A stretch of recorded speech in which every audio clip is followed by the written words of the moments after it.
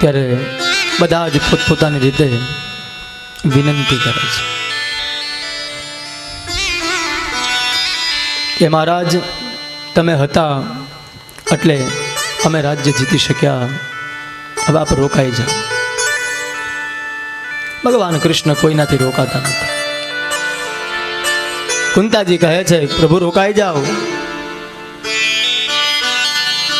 ત્યારે ભગવાને કીધું કુંતાજીને કે ભાઈબા, ભગવાનના તો ફઈ છે, તમે જે જોઈએ તે માગો, હું આપું. ત્યારે કુંતાજીએ અદ્ભુત માગ્યું છે. આપણને કદાચ ભગવાન માગવાનું કહે તો આપણે શું માગીએ? સુખ, વૈભવ. પણ કુંતાજીએ શું માગ્યું? હે ઈશ્વર, હજી દુઃખ દે, તું અમને હજી દુઃખ દે. કેમ કે દુઃખ દઈશ ને, અત્યાર સુધી દુઃખ હતું ને એટલે તું અમારી જોડે હતો, અને હવે અમારો સુખનો વારો આવ્યો છે એટલે તું દ્વારિકા જવા નીકળ્યો છે. અદ્ભુત સ્તુતિ છે કુંતાજી. ઉપકાર તમારા બારે રે હે શ્રીનિવાસા, ઉપકાર તમારા બારે રે હે શ્રીનિવાસા, ઉપકાર તમારા ભારે રે હે શ્રીનિવાસા, ઉપકાર તમારા ભારે રે હે શ્રીનિવાસા, માગુ વારે વારે રે હે શ્રીનિવાસા, માગુ વારે વારે રે હે શ્રીનિવાસા. મેં જે માગ્યું તે આપ્યું, દુઃખ પડતા પહેલા કાપ્યું. મેં જે માગ્યું તે આપ્યું, દુઃખ પડતા પહેલા કાપ્યું. મેં જે માગ્યું તે આપ્યું, દુઃખ પડતા પહેલા કાપ્યું. મેં જે માગ્યું તે આપ્યું, દુઃખ પડતા પહેલા કાપ્યું. મનની જપતમાં રાખ્યું રે હે શ્રીનિવાસા,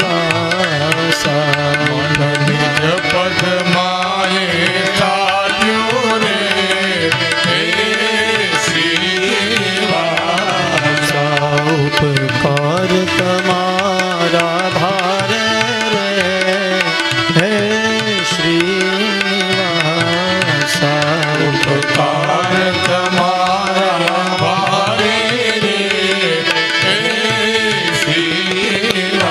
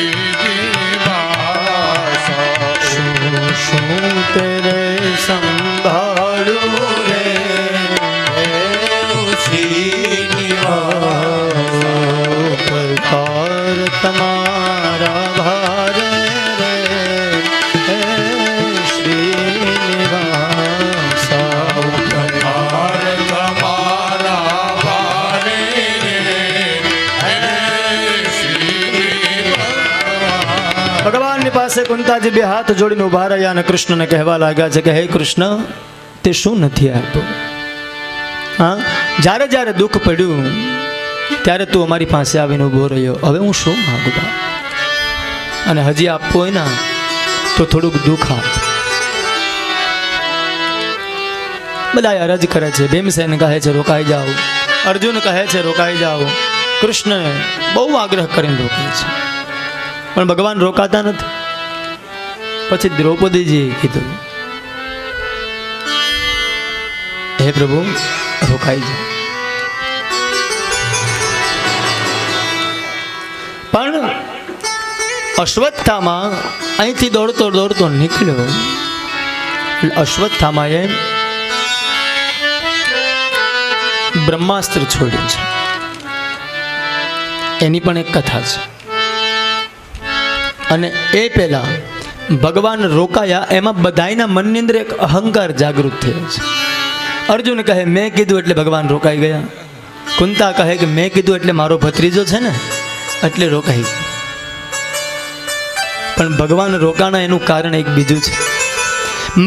મકર સંક્રાંતિના સૂર્યની રાહ જોઈને દાદો ભીષ્મ બાણની શૈયા ઉપર સૂતો છે. હા, બાણની શૈયા ઉપર પિતામહ ભીષ્મ સૂતા છે. એને દર્શન દેવા માટે ભગવાન રોકાણો છે, કોઈના કહેવાથી નહીં. જ્યારે દ્રૌપદીજીને આશીર્વાદ લેવા માટે લઈ ગયા ત્યારે ભગવાન કૃષ્ણ દ્રૌપદીજીની સાથે હતા. હવે રાત્રિના અંધારામાં ભગવાન કૃષ્ણની સાથે દ્રૌપદી ચાલે તો કદાચ લોકો કોઈ ઊંધું સમજે, અથવા તો દાદા ભીષ્મ જો કૃષ્ણને જોઈ જાય તો એવું સમજે કે આ બધું કૃષ્ણએ જ કરાવ્યું. તો ભગવાને શું કર્યું? પોતાની કાળી કામળી માથે નાખી અને એક છેડો મોઢામાં નાખ્યો. જેમ એક સ્ત્રીએ સાડી ઓઢી હોય એમ ભગવાન કૃષ્ણએ પોતાની કામળીને ઓઢી છે. અને હાથમાં મશાલ અને કૃષ્ણ એની જોડે ભગવાન ધીરે ધીરે ચાલતા ચાલતા ભીષ્મ પિતામહ પાસે ગયા છે.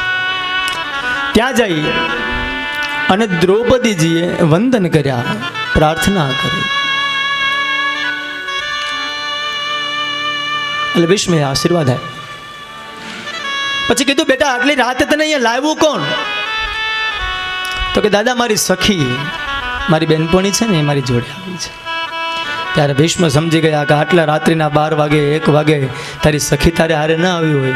પછી ભીષ્મએ કીધું કે બેટા બીજું બધું તો ઠીક છે, પણ તારી જે બેનપણી છે ને, તારી સખી છે ને, એને એમ કહેજે કે મને ક્યારેક આવા દર્શન કરાવે.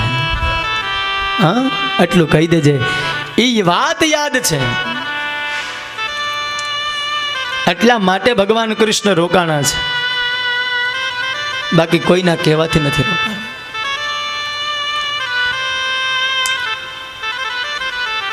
આ બાજુ ભગવાન કૃષ્ણ દાદા ભીષ્મની પાસે જાય છે.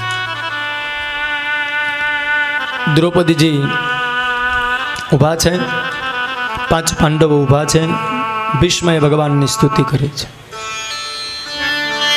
આખી સંસ્કૃતમાં સ્તુતિ છે, સમજાવવાનો સમય નથી, બાકી અદ્ભુત સ્તુતિ કરી છે. પિતામહ ભીષ્મ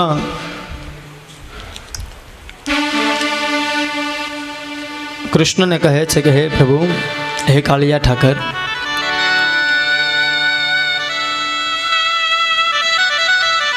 તારી કૃપાથી મારી સદગતિ 100% થવાની છે, મને ખબર છે. પણ મારી એક ઈચ્છા છે, જેમ દ્રૌપદીજીની સાથે તું સખી બનીને આવ્યો તો એમ સખી બનીને મારી સામે ઊભો રહે, પછી હું તારી સ્તુતિ કરું. સાહેબ, ભગવાનને ત્યાં કામળી ઓઢાવડાવી છે અને પછી ભીષ્મએ સ્તુતિ કરી છે. ભાગવતજીમાં તો અદ્ભુત સ્તુતિના અમુક શ્લોકો લખ્યા છે. ઇતિમતિ રૂપકલ પિતા વિતૃષ્ણા ભગવતી સાત્વત પુંગવૈ વિભુમ્ને स्वसुखमुपगते क्वचिद् विहर्तु प्रकृतिमुपे युषयद्भवप्रवाह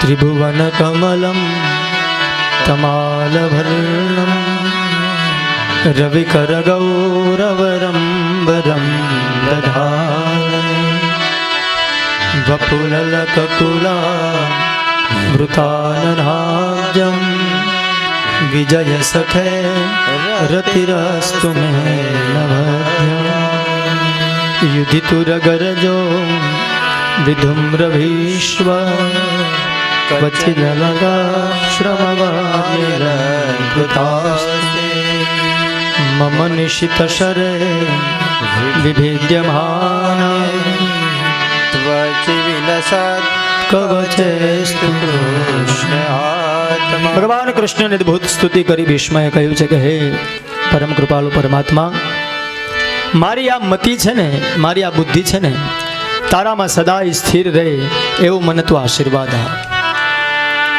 દાદા ભીષ્મએ સ્તુતિ કરી. મકર સંક્રાંતિના સૂર્યનો રાહ જોઈ રહ્યા હતા. જેવો મકરમાં સૂર્ય આવ્યો એટલે દાદાએ દેહનો ત્યાગ કર્યો છે.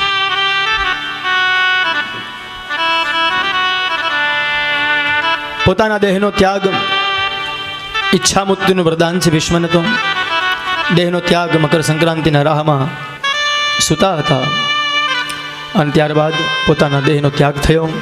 ભગવાનના હાથે એની અંતિમ ક્રિયા થઈ છે. ભીષ્મને સદગતિ મળી. પાંડવો બધા ખુશ થયા છે કે ભગવાનના હાથે અમારા દાદાનો ઉદ્ધાર થયો છે. ભગવાન કૃષ્ણ આવે છે ત્યાં અભિમન્યુની પત્ની ઉત્તરા દોડતી દોડતી આવે છે. ભગવાન કૃષ્ણની સામે આવીને ઊભી રહી છે. પાહી પાહી મહાયોગિન દેવ દેવ જગતપતે. હે પરમાત્મા, હે કૃષ્ણ, બચાવ.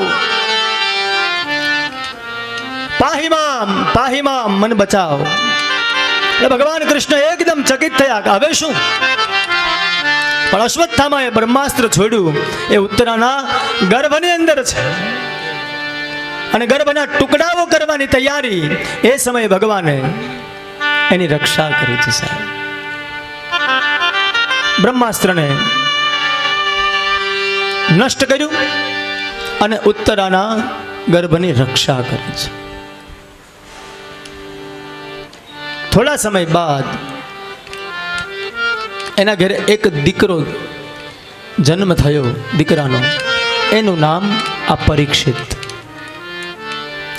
મહારાજનો જન્મ થયો છે. પછી તો ભગવાન પોતે દ્વારિકા જવા નીકળી ગયા છે. આ બાજુ દુર્યોધન યુધિષ્ઠિર મહારાજ વેદજ્ઞ બ્રાહ્મણોને બોલાવી અને પરીક્ષિતની જન્મ કુંડલી કરાવી છે. આમાં ભાગવતજીમાં લખ્યું છે ગણેશ પૂજન થયું છે, પુણ્ય વાચન થયું છે અને જન્મ કુંડલી કઢાવી અને પછી કીધું છે હવે આના જન્માક્ષર જુઓ, આના ગ્રહો તમે જુઓ. વિદ્વાન બ્રાહ્મણોએ પરીક્ષિતની જન્મકુંડલી જોઈ અને કીધું, હે યુધિષ્ઠિર, મહાન સમ્રાટ રાજા થશે આ સંતાન, ચક્રવર્તી રાજા બનશે, આટલો બધો પ્રતાપવાન રાજા હશે, આખા બ્રહ્માંડની અંદર એનો ડંકો વાગશે. સ્વયં ભગવાન સાક્ષાત્કાર આ પરીક્ષિતને કરાવશે. બધું સારું સારું કીધું. બ્રાહ્મણોને પાસે જઈએ ને, આ બહેનોને ખબર હોય, જ્યારે જન્માક્ષર બતાવવા માટે જાય ને બ્રાહ્મણોને, આપણે જો કે બ્રાહ્મણ છીએ એટલે આપણે કોઈને બતાવીએ જ નહીં, પણ ક્યારેક કોઈ બતાવવા જાય ને એટલે ભૂદેવ એમ ઘણું બધું સારું સારું કે પછી છેલ્લે એમ કે હવે કાલ સર્પની વિધિ કરાવી નાખો. એટલે પછી ઘણાના મનમાં એવો સંકોચ થાય કે બ્રાહ્મણ પાસે જઈએ ને એટલે કંઈક ને કંઈક વિધિ કાઢે. પરીક્ષિત મહારાજના જ્યારે જન્માક્ષર જોવામાં આવ્યા ને ત્યારે બધા જ વખાણ એ ઋષિઓએ કરી દીધા, પણ છેલ્લે એવું કીધું યુધિષ્ઠિરને કે રાજા બધું જ સારું છે પણ એક યોગ ખરાબ છે. બોલે બાપજી શું? તો કે આને તક્ષક નામનો સર્પ કરડશે અને એનાથી એનું મૃત્યુ થશે. તો કે એનો વાંધો નથી, પણ તક્ષક કરડશે શું કામ? તો કે બ્રહ્મ શાપાત, બ્રાહ્મણનો શ્રાપ લાગશે. અને પછી યુધિષ્ઠિર ગભરાણો છે અમારા કુળની અંદર અને બ્રાહ્મણનો શ્રાપ હવે અહીંયા ન રહેવાય. પણ અર્જુનની રાહ જોવે છે. અર્જુન આવે, દ્વારિકા ગયો છે, અર્જુન આવે પછી જાય.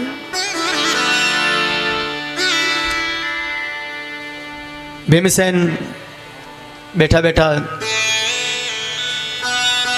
યુધિષ્ઠિરની જોડે વાતો કરે છે.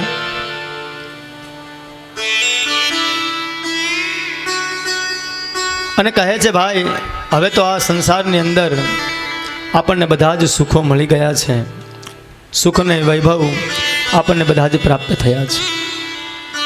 ભલે ધૃતરાષ્ટ્રના દીકરાઓ મૃત્યુ પામ્યા હોય પણ આપણા એ કાકા છે, આપણે એને સાચવવા જોઈએ. યુધિષ્ઠિર મહારાજનો નિયમ હતો, યુદ્ધ જીત્યા ત્યારથી માંડી અને આજ સુધી રોજ સવારમાં ઉઠે એટલે સૌથી પહેલા વંદન ધૃતરાષ્ટ્રને થાય, પછી ગાંધારીને થાય અને પછી પોતાની માં કુંતીને યુધિષ્ઠિર વંદન કરે.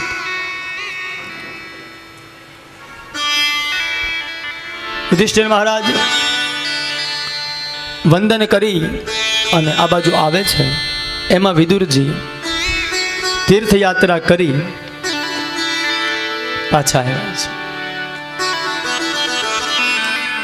વિદુરજી આવીને ધૃતરાષ્ટ્રને જેમ તેમ બોલવા લાગ્યા છે. આંધળા, તું તો આંધળો જ રહ્યો. હા, તારામાં રાજ ગયું, પાટ ગયું, સંતાનો ગયા, વૈભવ બધો જતો રહ્યો, તારી પ્રતિષ્ઠા ગઈ, પણ તારું અંધપણું ન ગયું.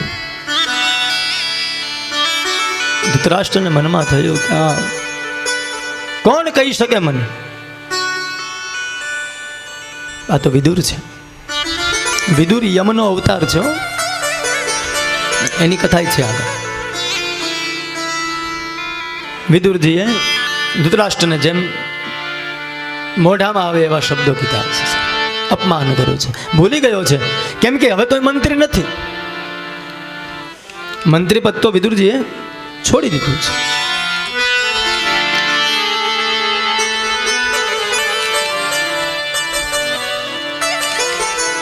આ બાજુ સુખદેવજી મહારાજને પરીક્ષિત પૂછે છે, આ બાજુ શૌનકાદિ મુનિઓ સુતજીને પૂછે છે અને નારદજી સનત કુમારોને પૂછે છે. વિદુર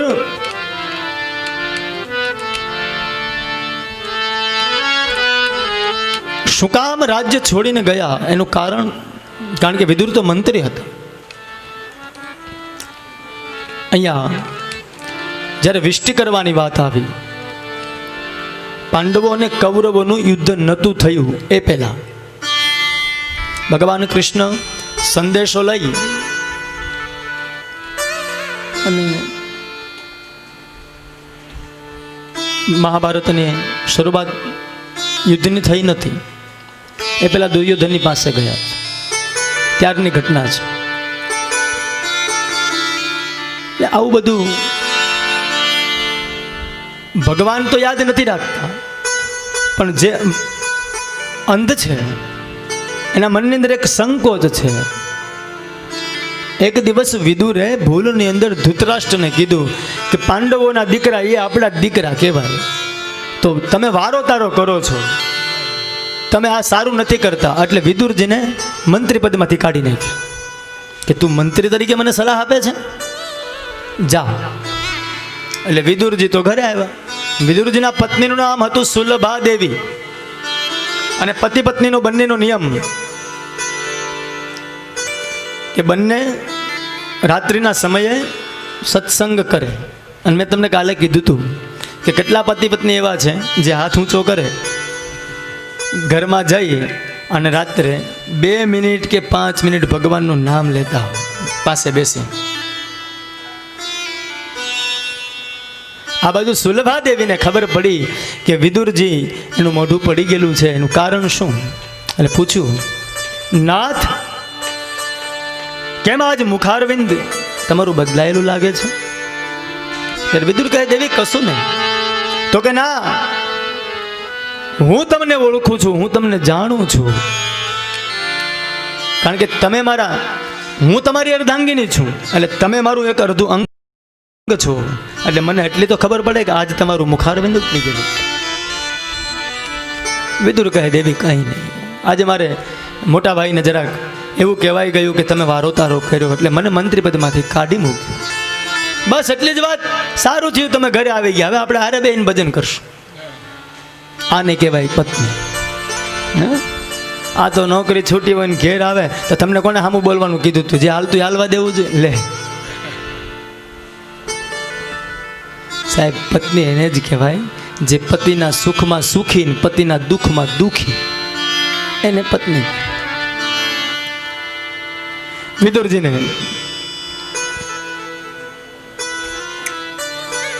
કહે છે, કંઈ વાંધો નહીં, આપણે નોકરી કરવાની નથી, આપણે બટકું રોટલો મળશે તો ખાશું, નહીં મળે તો ભૂખ્યા રહેશું, પણ ભગવાનનું ભજન તો કરશું. બંને જણા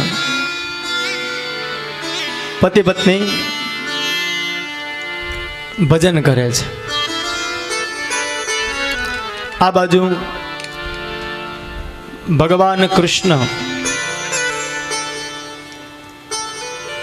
જ્યારે વિષ્ટિ કરવા માટે આવ્યા ત્યારે દુર્યોધનની પાસે ઘણી વસ્તુની માંગણી કરી છે કે દુર્યોધન કંઈ ના આપે તો કંઈ નહીં, પણ 1-2 ગામ તો આપી દે, પાંડવોનું ભરણ પોષણ થાય. પણ દુર્યોધન આપવા માટે તૈયાર થયો નથી. એટલે ભગવાન દુર્યોધનનો 56 ભોગનો ત્યાગ કર્યો છે કે દુર્યોધન, તું મારું માનતો નથી તો હવે હું તારે ત્યાં ભોજન ન લઈ શકું, હું જઈશ. એટલે ભગવાન ત્યાંથી નીકળી ગયા.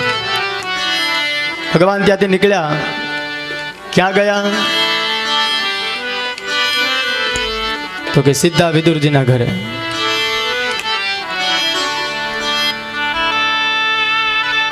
જ્યાં બંને પતિ પત્ની બેઠા છે. અને ભગવાન એકદમ આવી અને દરવાજો ખોલી અને કહે છે, કાકી મને જમવાનું આપો. સુલભા દેવી વિચાર કરે છે કે ઓચિંતાનું કાકી કઈ સીધા અંદર આવે તો આ કેવી રીતે બને? પણ ભગવાનને વાત યાદ હતી. મેં પહેલા કીધું છે તમને, તન કી ભી જાને મન કી ભી જાને.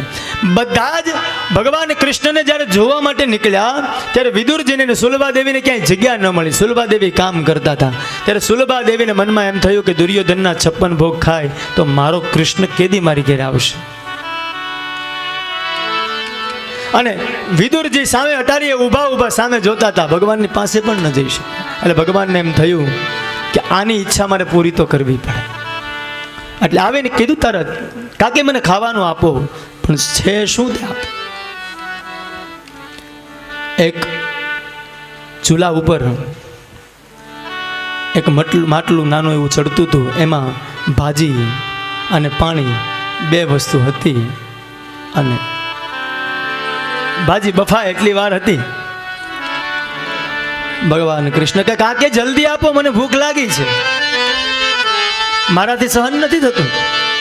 અને સાહેબ એ ભાજીમાંથી પાણી કાઢી અને પછી સુલભા દેવી પીરસી છે. ભગવાને પ્રેમથી ખાધી છે સાહેબ. અને એટલા માટે કોઈ સંતને લખવું પડ્યું, સબસે ઊંચી પ્રેમ સગાઈ, સબસે ઊંચી પ્રેમ સગાઈ, सबसे ऊंची है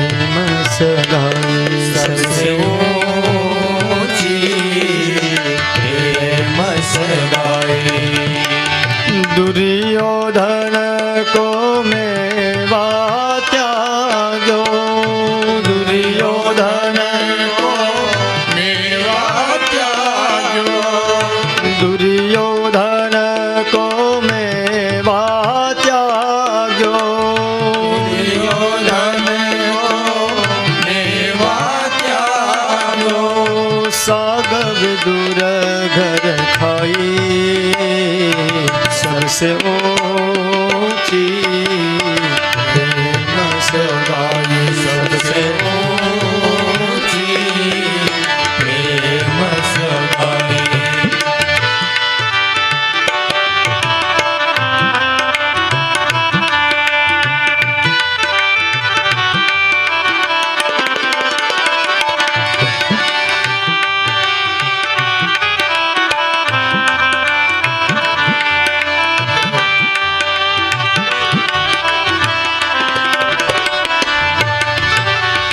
प्रेम के बस अर्जुन रथ हाक्यो, प्रेम के बस अर्जुन रथ हाक्यो। ભગવાનની ભાષા છે, ભગવાન કોઈ પદાર્થથી આવતો નથી, ભગવાન પ્રેમથી જ આવે, આપણે બોલાવીએ તો આવે। હા, બાકી 56 ભોગ મૂકી દો કે એક તુલસીનું પાન મૂકી દો, ઈશ્વર ત્યાં જ આવે જ્યાં ઈશ્વરની પ્રત્યેનો ભાવ છે। अर्जुन के प्रेम के बस अर्जुन रथ हाक्यो, प्रेम के बस अर्जुन रथ हाक्यो, भूल गए ठकुराई सबसे ऊंची प्रेम सगाई, सबसे ऊंची प्रेम सगाई, सबसे ऊंची प्रेम सगाई, सबसे ऊंची प्रेम सगाई। राजसूयाज्ञ युधिष्ठिर किन्हो, राजसूयाज्ञ युधिष्ठिर किन्हो, राजसूयाज्ञ युधिष्ठिर किन्हो, राजसूयाज्ञ युधिष्ठिर किन्हो, ताहि विधि जूठ उठाई सबसे ऊंची प्रेम सगाई, सबसे ऊंची प्रेम सगाई, सबसे ऊंची प्रेम सगाई, सबसे ऊंची प्रेम सगाई। આ જગતની અંદર પરમાત્માને જો જીતવો હોય તો માત્ર ને માત્ર એક સાધન છે, પ્રેમ। પરમાત્માને જીતવા માટે પ્રેમ છે। રામચરિત માનસમાં પણ એ જ વર્ણન કર્યું છે। જ્યારે બ્રહ્માજી પૂછે છે કે હે દેવતાઓ, ભગવાન શિવ ક્યાં છે? તો કે કૈલાસમાં। આપણે શિવજી પાસે જઈએ। શિવ, બ્રહ્મા અને તમામ દેવતાઓ ભેગા થયા અને પછી બધાને જ્યારે રાવણનો ત્રાસ લાગવા લાગ્યો ત્યારે ભગવાનના દેવતાઓએ પૂછ્યું કે નારાયણ છે ક્યાં, એને આપણે ગોતશું કેવી રીતે? ત્યારે તુલસીદાસજીએ લખ્યું છે, હરિવ્યાપક સર્વત્ર સમાના પ્રેમાથી પ્રગટ હોય મેં જાન। ભગવાન જો કોઈનાથી આવતો હોય તો એ પ્રેમ છે। ઈશ્વર પ્રેમને આધીન છે। સુરદાસજી મહારાજની અદ્ભુત કથા છે। વૈષ્ણવપદ સુરદાસજીએ લખ્યા છે। એમાં એક દિવસ સુરદાસજી રાત્રિના સમયે 12-1 વાગ્યાનો સમય થયો હશે, કોઈ ગૃહસ્થને ત્યાં ભગવાન સત્યદેવની કથા થતી હતી અને સુરદાસજી રાત્રે મોડા ભજન કરી અને ઝૂંપડી તરફ આવવા માટે નીકળ્યા છે। હવે સુરદાસજી તો આંખના અંધ છે, જોઈ શકતા નથી। રાત્રિનો 1 વાગ્યાનો સમય છે, પોતાની ઝૂંપડી તરફ નીકળ્યા છે. ભગવાનને વિચાર થયો કે સુરદાસ જોઈ શકતો નથી. જે રસ્તા ઉપર સુરદાસ ચાલતો ચાલતો જાય છે એ રસ્તા ઉપર એક કૂવો છે, અને જો કૂવો આડો આવે અને સુરદાસ જો એમાં પડે તો પાપ મને લાગે કે ભગવાનનો ભક્ત હોવા છતાં ભગવાન એને બચાવી ન શકે. મને પાપ લાગે. એટલે ભગવાનને ચિંતા થઈ. રાત્રિના 1 વાગે નાનકડા એવા બાળકનું રૂપ લઈ અને સુરદાસની પાસે આવી અને આંગળી પકડી લીધી. બાબા ઘરે જાઉં છો? તો કે હા, ચાલો હું ઉતારી જાઉં. ધીરે ધીરે ચાલતા ચાલતા નીકળ્યા. એટલે સુરદાસે પૂછ્યું, બેટા તારું નામ શું? હવે આ તો ત્રિલોકનો નાથ, ખોટું બોલાય નહીં. કહે છે, બાબા મારી માતાએ મારું નામ હજી રાખ્યું જ નથી, તમે મને કોઈ પણ નામે બોલાવી શકો. ભગવાનની જવાબ દેવાની છટા તમે જુઓ. હા, એ તો ફસાય જ નહીં ને. કવિ કાગ લખે છે, પોતે બનાવ્યો પાસલો નિજ પાસમાં તે નહીં ફસે. એને જ આ ચક્ર બનાવ્યું છે પણ એ પોતે ફસાતો નથી. બહુ વિચારવા જેવી વસ્તુ છે. પૃથ્વી તણો પિંડો કરો, રજ લાવ તો ક્યાંથી હશે? જગ ચાક પહેરણ હાય, કુંભાર બેઠો ક્યાં હશે? હા, આખા જગતને એ ચલાવે છે પણ ક્યાંય દેખાયો? પૃથ્વી તણો પિંડો કરો, રજ લાવ તો ક્યાંથી હશે? જગ ચાક ફેરણ હાર, એ કુંભાર બેઠો ક્યાં હશે? આખા જગતનું ચક્ર ફરાવે એ કુંભાર ક્યાં બેઠો હશે? પછી માનુષ તણા સ્વાર્થી કર્યા, પોતે કેવો સ્વાર્થી હશે? પવનને સુગંધિત બનાવનાર, લાડીલો કેવો લહેરી હશે? મનુષ્યને એટલા સ્વાર્થી બનાવ્યા છે તો એ પોતે કેટલો સ્વાર્થી હશે? પવનને સુગંધિત બનાવનાર લાડીલો કેવો લહેરી હશે? એક બગીચા ઉપરથી પવન આવે તો એ સુગંધિત બને, અને કોઈ ઉકરડા ઉપરથી આવે તો એ દુર્ગંધ વાળો પવન બને. આવી અદ્ભુત રચના આવી ભગવાને કેવી રીતે કરી હશે? પોતે બનાવો પાસલો, નિજ પાસમાં તે નહીં ફસે. સૌના હિસાબો ચૂકવે, એ શેઠિયો કેવો હશે? કીડીને કણ, હાથીને મણ, બધા જ ને આપે છે, એ શેઠ કેવો હશે?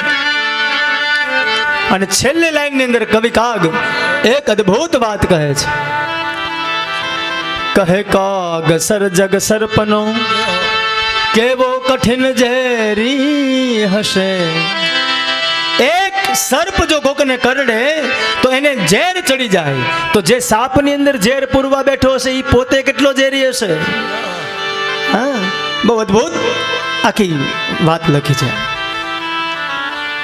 એટલા માટે તો ઈશ્વર એમ કહે છે કે હું બધાયમાં છું.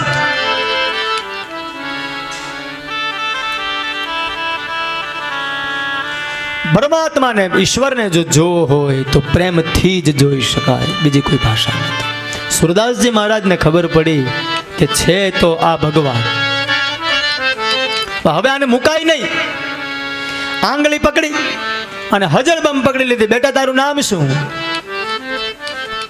તો કે મારી માએ મારું હજી નામ નથી પાડ્યું. એ વાતો કરતા કરતા કૂવો પાર થઈ ગયો. ભગવાનને ખબર પડી કે કૂવો જતો રહ્યો, એટલે હવે આ જતા રહેશે, એટલે હું નીકળી જાઉં, નહીંતર હમણાં પકડાઈ જઈશ. જેવો હાથ છોડાવી અને ભગવાન દોડ્યો, એટલે સુરદાસજી કે ઉભો રે, મને ખબર છે તું કોણ છે, તારે જાવું હોય તો તને છૂટી છે, પણ મારી એક વાત સાંભળીને પછી જા. પછી સુરદાસજીએ સરસ એક દોહો લખ્યો છે. બાહ છુરા કર જાત હો, નિર્બલ જાની મોહી, એ કનૈયા તું મારા હાથને છોડાવીને નીકળી ગયો છો, શું કામ કે હું આંધળો છું એટલે? बाह छुड़ा कर जात हो निर्बल जानी मोही, हृदय में से निकल जा तो मर्द बखानू तो ही। एक बार મારા હૃદયમાંથી નીકળ, પછી હું તને મરદ માનું. અને ત્યારે ભગવાન પોતે બોલ્યો છે, હું ક્યાં જાઉં? આવો પ્રશ્ન એક વખત નારદજીએ વૈકુંઠમાં ભગવાન નારાયણને કર્યો હતો. નારાયણને કીધું કે હે નારાયણ તું ક્યાં રહે છે? ત્યારે નારાયણ સ્વયં બોલ્યા છે, નાહમ વસામિ વૈકુંઠે યોગિનામ હૃદયેન ચ મદભક્ત્યા યત્ર તિષ્ઠન્તિ તત્ર તિષ્ઠામિ નારદ. હે નારદ, જ્યાં મારા ભક્તો રહે છે, જ્યાં પ્રેમ છે, ત્યાં હું રહું છું. સુરદાસજીને એમ થયું કે હા.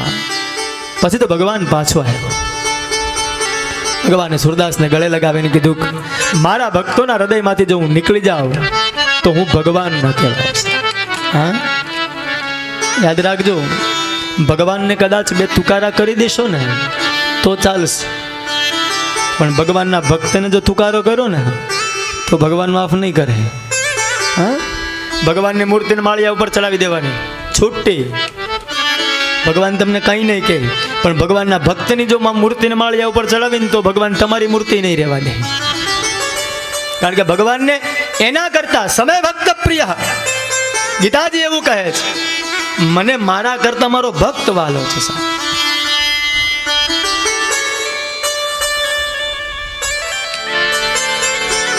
અદ્ભુત પ્રેમની વાત છે.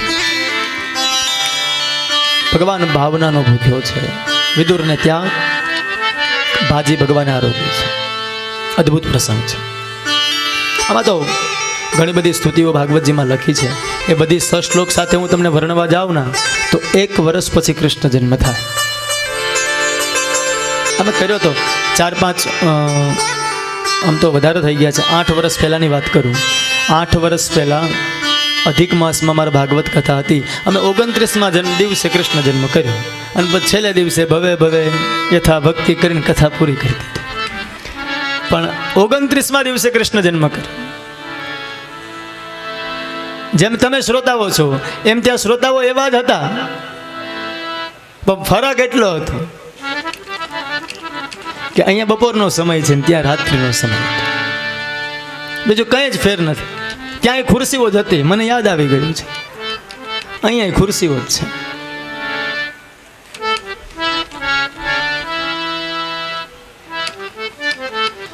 તો વિદુરજીની ઈચ્છા, સુલભાદેવીની ઈચ્છા ભગવાને પૂરી કરી અને પ્રેમનું એક તત્વ જાગૃત કર્યું. આ બાજુ ભગવાન સુખદેવજી મહારાજ પરીક્ષિતને કહે છે અને શૌનકાદિ મુનિઓને સુતજી કહે છે. યુધિષ્ઠિર મહારાજ બેઠા છે, ભીમસેન બેઠા છે. વિદુરજી ધૃતરાષ્ટ્રની પાસે જઈ અને જેમ ફાવે તેમ બોલ્યા છે. એટલે ધૃતરાષ્ટ્રને ઘર છોડી ગાંધારીને સાથે લઈ અને 3 વનની અંદર તીર્થયાત્રા કરવા માટે નીકળી ગયા. ગંગાના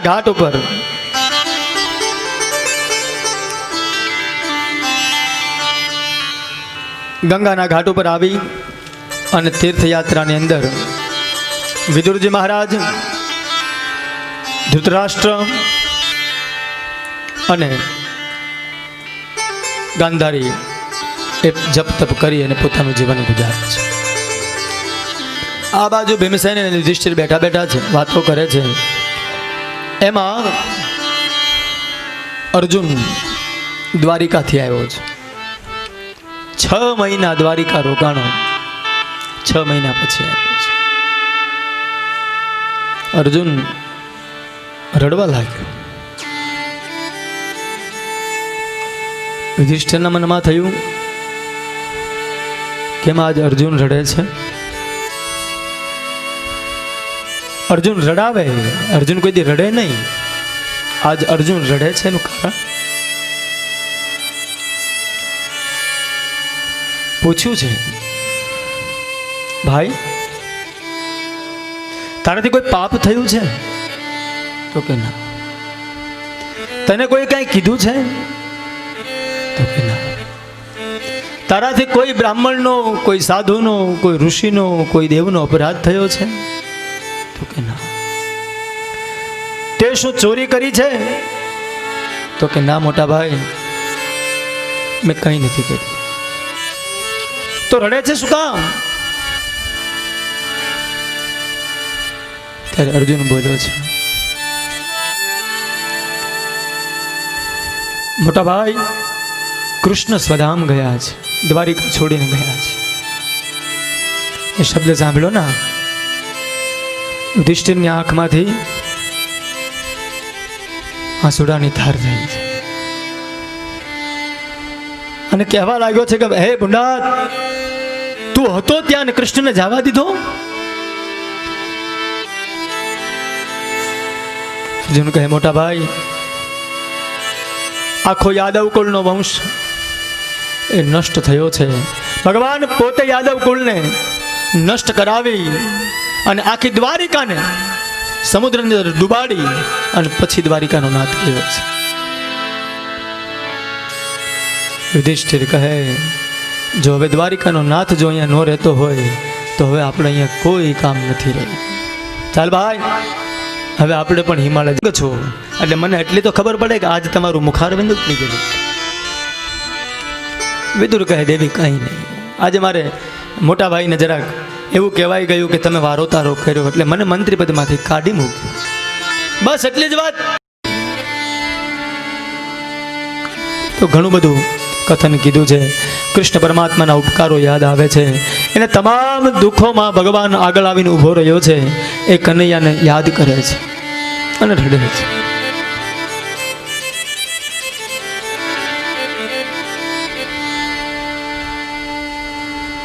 યુધિષ્ઠિર બેઠો છે, ભીમસેન પાસે બેઠા છે, અર્જુન બેઠો છે, ભગવાનને યાદ કરતા કરતા રુદન કરે છે. એવા સમયની અંદર એક ખેડૂત અને એક વાણિયો આ બંને યુધિષ્ઠિરની સામે આવીને ઊભા છે. યુધિષ્ઠિરને કહે છે કે રાજા, તમારા રાજ્યની અંદર અમને કોઈ દુઃખ નથી, પણ તમારી પાસેથી અમારે એક નિર્ણય લેવો છે. બોલો. ખેડૂતનું મકાન એ વાણિયાએ ખરીદી લીધેલું અને વાણિયો ત્યાં દુકાન બનાવતો. એમાં અંદર ખાડો ખોદ્યો ને તો અંદરથી સોના મોહરો નીકળી. એટલે વાણિયાએ ખેડૂતને કીધું, આ જગ્યા તારી હતી એટલે આ સોના મોહરો તારી જ કહેવાય, તું લઈ જા. ત્યારે ખેડૂતે એમ કીધું કે ના, મેં તને જગ્યા વેચી દીધી એટલે હવે જગ્યા તારી થઈ, એમાંથી જે નીકળે તારું હોય. એટલે મહારાજ આમાં અમને નિર્ણય બતાવો, અમારું શું કરવું? યુધિષ્ઠિર કહે છે, 10 દિવસ પછી આવજો એટલે તમને હું નિર્ણય આપીશ. 10 દિવસ બાદ એ જ ખેડૂત અને એ જ વાણિયો બંને આવી અને ઊભા રહ્યા. યુધિષ્ઠિરને કીધું, બાપજી જગ્યા મારી હતી એટલે મોહરો મારી કહેવાય, ઓલો કે મેં ખરીદી લીધી એટલે એ સોના મોહરો મારી કહેવાય. 10 દિવસમાં પરિવર્તન. યુધિષ્ઠિરને ખબર પડી ગઈ કે મારા રાજ્યમાં કલિયુગ આવ્યો છે. નહીતર એ જ બે વ્યક્તિ છે. ખેડૂત એમ કહેતો હતો કે તે જગ્યા લઈ લીધી એટલે તારું કહેવાય, અને એ જ વાણીઓ છે કે ભાઈ તે વેચી એટલે તારું કહેવાય. અને એ જ વ્યક્તિ બંને અત્યારે સામ સામા એમ કહે છે કે આ મારું છે, આ મારું છે. મેં અરુ મોર તોર તે માયા,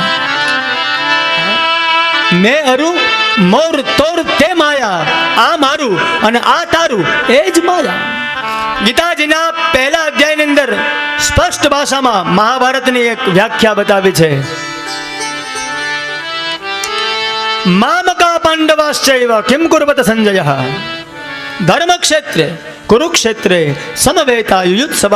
પછી ધૃતરાષ્ટ્ર બોલ્યા છે મામકાહ પાંડવાશ્ચૈવ, મારા અને પાંડુના દીકરા શું કરે છે. જો એણે એમ કીધું હોત ને કે મારા પાંડવો ને મારા કૌરવો શું કરે છે તો આ મહાભારત ન થાય. હા, પણ એક વ્યાખ્યા એને બદલી નાખી. જ્યાં મારું અને તારું આવે ત્યાં માયા પ્રવેશ. અને જેણે જેણે મારું મારું કીધું ને એને ભગવાને માર્યા જ છે. અને જેણે તારું તારું કર્યું ને એને બધાને તારા જ છે. એટલે જીવનમાં ક્યારે મારું મારું કરવું જ નહીં. હા, આ કોઈ વસ્તુ છે આપણી, આપણું કંઈ છે.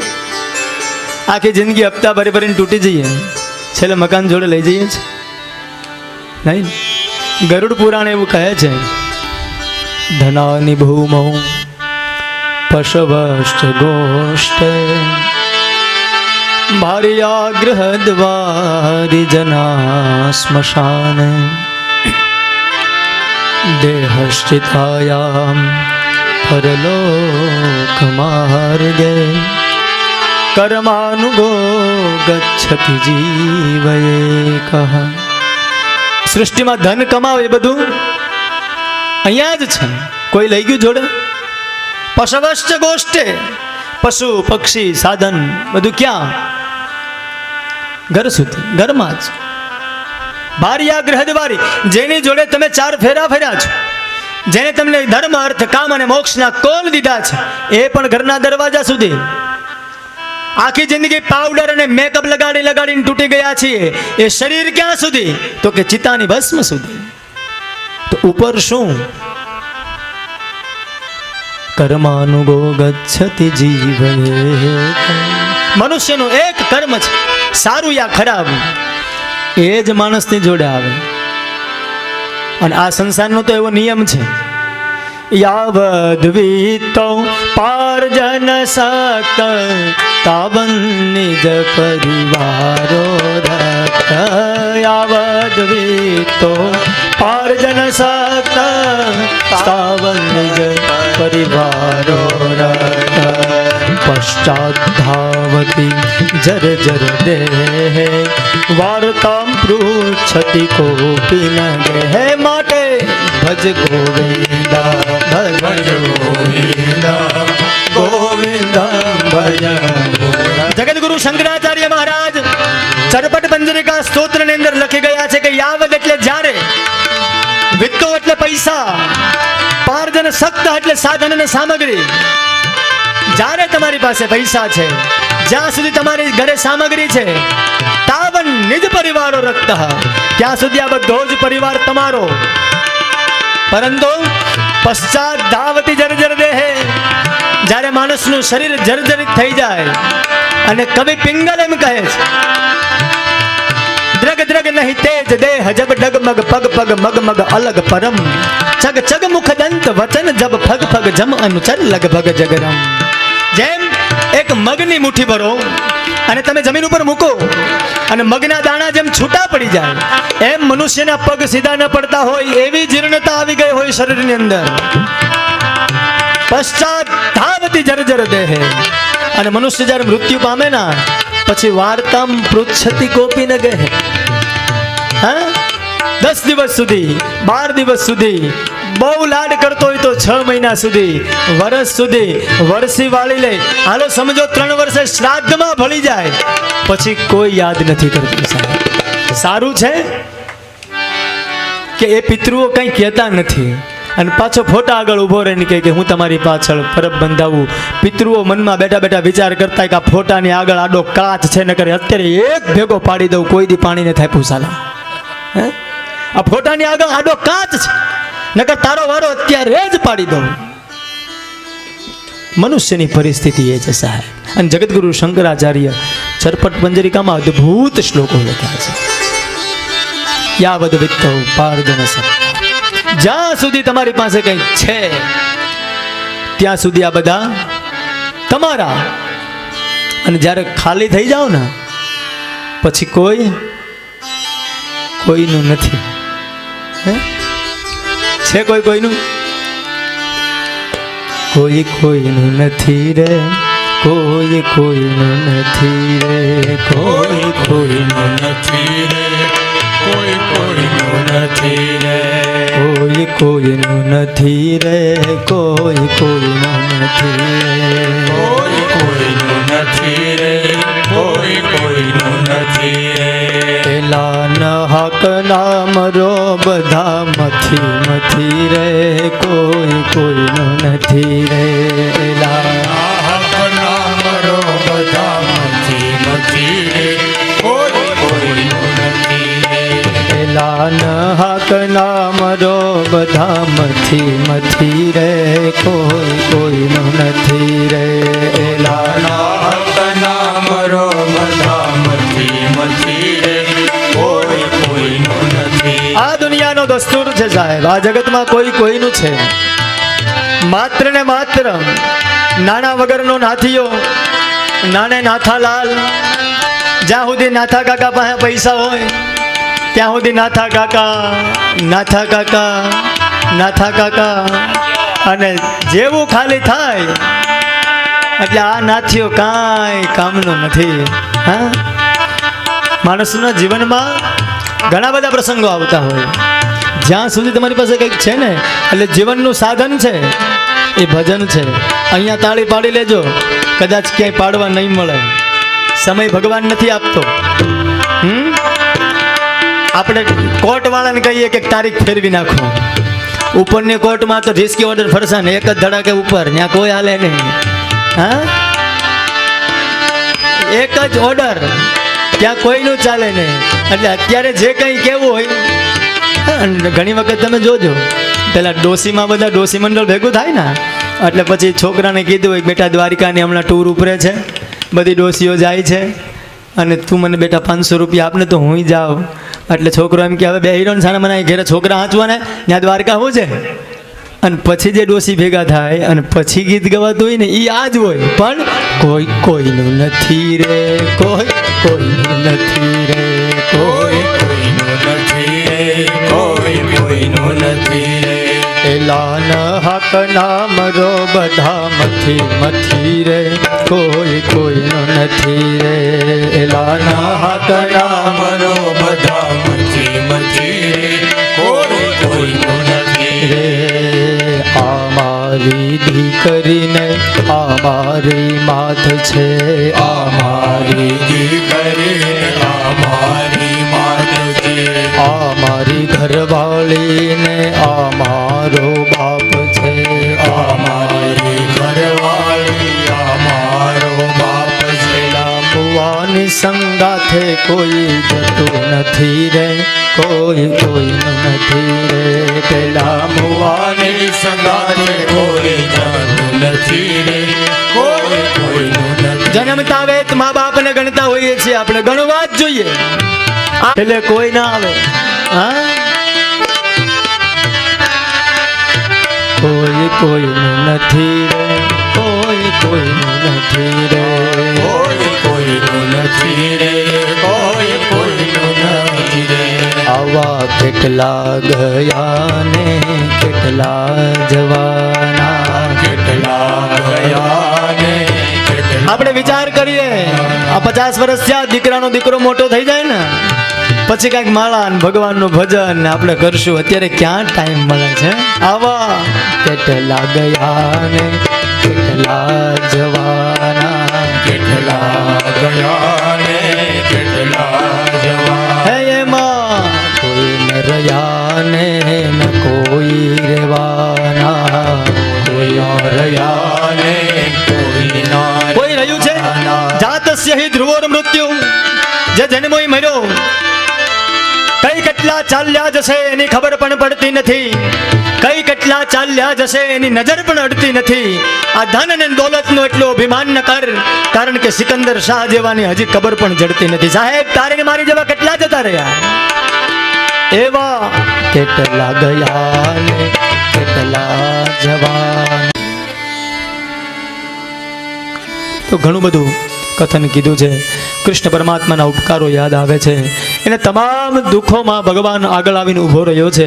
એ કનૈયાને યાદ કરે છે અને રડે છે.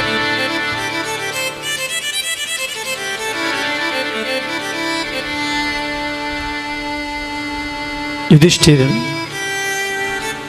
બેઠો છે. કોઈ કોઈનું નથી રે હે કોઈનું નથી રે, કોઈનું નથી રે, કોઈ કોઈનું નથી રે કોઈ નથી રે લાલ હાક નામ રો બધા નથી રે, કોઈનું નથી રે, નાના હક નામ રો બધા નથી રે કોઈ કોઈનું નથી રે કોઈનું નથી રે, કોઈનું નથી રે. કોઈ કોઈનું નથી રે કોઈ કોઈનું નથી રે આ જગતની અંદર વિચાર કરી લેજો ને એટલા માટે જગતગુરુ શંકરાચાર્યને લખવું પડ્યું, બધું જતું રહેશે એટલે શું કરવાનું? ભજ ગોવિંદમ ભજ ગોવિંદમ ગોવિંદમ ભજ મૂઢમતે.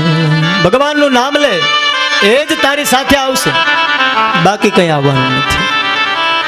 કલિયુગનો પ્રભાવ છે. યુધિષ્ઠિર મહારાજને કલિયુગ દેખાણો છે કે એ જ વ્યક્તિઓ છે, આની આ જગ્યા છે, છતાંય બે બાધે છે એટલે નક્કી કલિયુગ આવ્યો છે. અને જ્યારે ખબર પડી જાય ને કે આપણું મોત નિશ્ચિત છે, ત્યારે મોતનું સાધન લઈ લેવું જોઈએ. પણ માણસની પ્રકૃતિ એવી છે, એને જેમ ખબર પડે એમ ભાગે. હા સાહેબ, એક ડોસીમાં હિંચકો નાખતા હતા ને, હિંચકો બેઠા બેઠા નાખતા હતા કે લઈ લે લઈ લે લઈ લે. એમાં યમરાજા આવીને ઊભા રહી ગયા. હાલો ડોસીમાં. ડોસી કે મને નહીં, આ બાજુવાળા રમાબા છે ને એને ઉઠાવી જા. મને નહીં, મારું નથી કહેતી હું. આવી પરિસ્થિતિ છે. વ્યક્તિના જીવનની અંદર મોત જ્યારે સામે આવીને ઊભો રહી જાય ત્યારે એનો સ્વીકાર કોઈ નથી કરી શકતો. અને હું તમને એક પુસ્તકનું નામ આપું, ઝવેરચંદ મેઘાણી એના લેખક છે, ને મૃત્યુનો મલકાટ એ પુસ્તકનું નામ છે. ક્યારેક વાંચજો સમય મળે ત્યારે. જેમ બર્થડે ને તમે મનાવો છો સાહેબ, મને બર્થડે અરે વિરોધ નથી, પણ બર્થડેના દિવસે તમારા સંતાનોની અંદર શું માર્કંડેય પૂજા કરાવો છો? શું હનુમાનજીના પાઠ કરો છો? શું અશ્વત્થામાને યાદ કરો છો? શું બલિરાજાને વ્યાસને યાદ કરો છો? પરશુરામને કે વિભીષણને કોઈને યાદ કરો છો? તો શું એકલી કેક કાપવા માટે ખાવ છો? ફૂકો મારી મારીને દીવા ઓલવો છો? ભારતની સંસ્કૃતિ દીવા ચાલુ કરવાની છે, ઓલવાની નહીં. વાંચજો ક્યારેક. મૃત્યુનો મલકાટ પુસ્તકનું નામ છે, ઝવેરચંદ મેઘાણીનું. એમાં તમે વાંચશો એટલે તમને એમ ખબર પડી જશે કે મૃત્યુ એ જીવનનો એક પ્રસંગ છે. અને આજ જો મૃત્યુ મળે તો હું હસતા હસતા વધાવી લઉં, એને મૃત્યુ કહેવાય છે. અને આપણે મૃત્યુનું નામ સાંભળીએ એટલે વારે વારે એ મર્યા એ મર્યા હે મર્યા.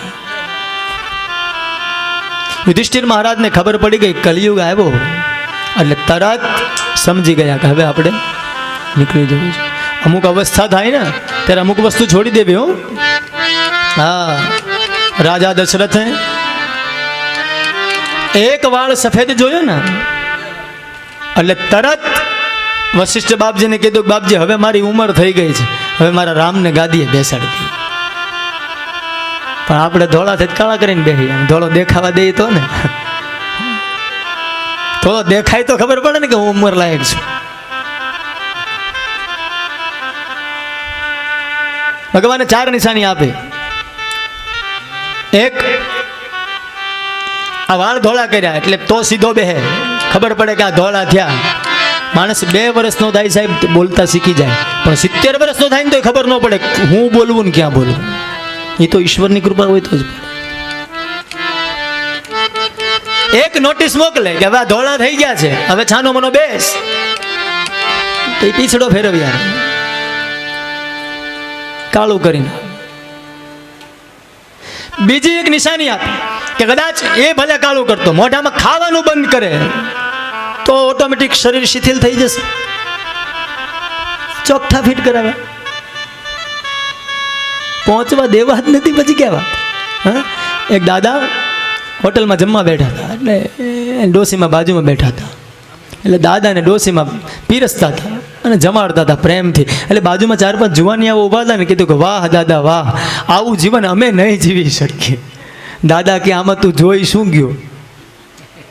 તો કે મારા બા તમને શાંતિથી જમાડે છે ને પછી એ જમશે. એ કે ચોકઠું એક છે ને ખાવાવાળા બે છે, એટલે આ એક કાર્યક્રમ પૂરો થાય એટલે ધોઈને આ બાજુ ચડે. એટલે આપણે નિયમ કર્યો છે સાહેબ. આપણી એક ખાસિયત છે, ઈશ્વરને આપણે આંબા નથી દીધું, દાંત પાડવાનું કરી દીધું. સાહેબ એટલું તો વિચાર કરો કે જેણે મારા ને તમારા જન્મ પહેલા દાંતની વ્યવસ્થા કરી લીધી અને એ કદાચ એના દાંત પાછા લઈ ગયો તો એમાં એને શું ખોટું કર્યું?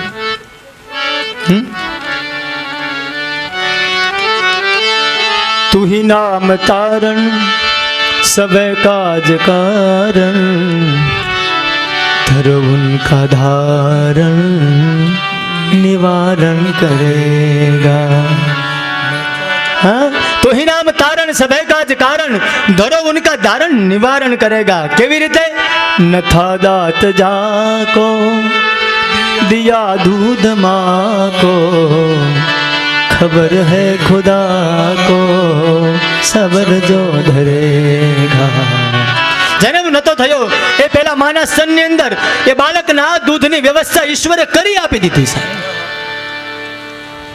રહે શેર બન में महामस्त मन में उसे 3 दिन में वो रोजी मिला था. સાહેબ વિચાર તો કરો, પરમાત્મા કેટલો દયાળુ છે કે 5 રૂપિયાનું જેને ચણ જોવે છે એને પણ ઈશ્વર આપે છે, અને જેને 80,000ની થાળી જોવે છે એને ઈશ્વર આપે છે. સાહેબ બધાયની ચિંતા ઈશ્વર કરે છે. અને એને કદાચ આપણા દાંત પાડીને લઈ લીધા તો આપણે એમાં ચાળો કરવાની ક્યાં જરૂર છે? એ ભગવાને કીધું કે હવે ચાવવાનું બંધ કર, શીખવાડ્યું, પણ ના. ત્રીજું લક્ષણ આપ્યું કે આની આંખ દેખાતી બંધ કરી દે તો ભટકતો બંધ થાય ને બેસે. મોતિયો ઉતારવાનું ચાલુ કરે. હવે પાછા નવા મણી આવ્યા ને, નામે મણી હોય ને પાછી મણી ફીટ થાય. અને હમણાં એક ભાઈ પેલો લેન્સ આવી ગયા ને, પેલા એટલે નંબર આવે એટલે લેન્સ પહેરે, એટલે એક ભાઈ લેન્સને ઉછાળી અને આમ આંગળીમાં પાછો લેતો. એટલે બીજા ભાઈએ પૂછ્યું કેમ ભાઈ આમ કરીને આમ લીધું? તો કે હું જોઉં છું આગળ રસ્તો ખાલી છે કે બંધ છે, એમ કરીને આંખ પાછી લઈ લીધી. ઉપયોગ ભગવાને કર્યા છે, ફેરફાર કરવામાં રહ્યા, બીજું આપણે કંઈ કર્યું. આંખની અંદર ઈશ્વરે તેજ ઘટાડ્યું તો આપણે બીજી દ્રષ્ટિ મૂકી. પછી ભગવાનને ખબર પડી, આંખ ગયા, માથામાં ધોળા થઈ, મોઢામાંથી દાંત ગયા, તોય સીધો બેસતો નથી. લે આને સાંભળવાનું બંધ કરાવી દઉં તો સીધો બે. કોઈનું સાંભળે તો સામે જવાબ આપે ને. તો બેરોમીટર આવ્યા. હા, એ આપણે એની પાછું એમાં એક સિસ્ટમ હારી. હા, એ કોઈનું સાંભળવું હોય તો જ સાંભળે, નકર અવાજ ધીમો કરીને બેસી જાય. એટલે આપણને એમ લાગે કે આ બેન કેટલા, આ ભાઈ કેટલા સરસ મજાનું સાંભળે છે, પણ એ જાય પછી ખબર પડે ગયો ઓલો, હા તો મેં અવાજ ફાસ કરી દે, વાત પૂરી થઈ. કેટલી અદ્ભુત રચના છે સાહેબ. ઈશ્વરનું બનાવેલું એ લાસ્ટ હોય અને આપણું બનાવેલું લેટેસ્ટ હોય.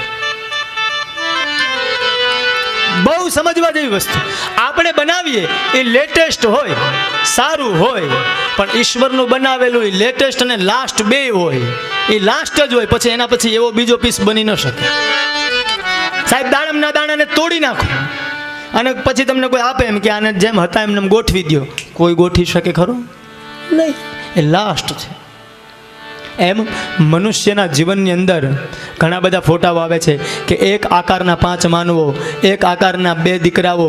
તદ્દન વાત ખોટી. કદાચ મોઢું એના જેવું હોય તો પગ બદલાઈ ગયેલો હોય, પગ બદલાઈ ગયો હોય તો અંગૂઠાનો નખે બદલાઈ ગયેલો હોય. એકનો એક બેબુ ઈશ્વર ક્યારે ઘડતો જ નથી સાહેબ. એ એક જ વાર, બીજી વખત એનું સર્જન વિસર્જન જ હોય. પરમાત્મા મને તમને ઘણું શીખવાડે છે કે હું તમને ચેતવું છું, પણ તમે ચેતતા નથી. એટલે અમુક ઉંમર થાય ને એટલે અમુક વસ્તુ સોંપી દેવી છે. દીકરાની ઘરે બહુ આવી જાય ને પછી અમુક વર્ષ થાય ને એટલે સાસુમાને ચાવી દીકરાની વહુને દઈ દેવાય કે બેટા આ તારું રાખ, હવે અમારે તો ક્યાં હારે લઈ જવાનું. પણ સાસુમાં જ મિલિટરીમાં ભરતી કરાય એવા હોય